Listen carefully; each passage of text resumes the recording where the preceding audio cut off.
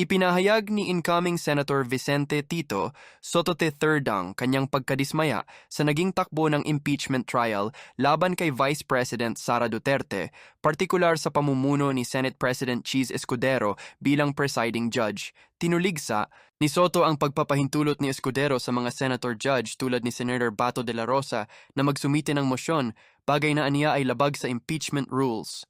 Giit niya, ang mosyon ay dapat manggaling lamang sa prosekusyon o defense team, hindi sa mga hukom mismo.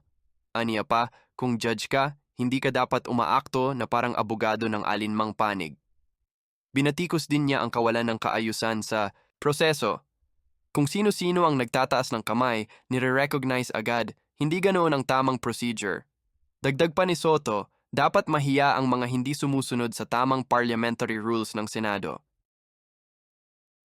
Salamat sa panonood. Huwag kalimutang i-like, i-share at mag-follow.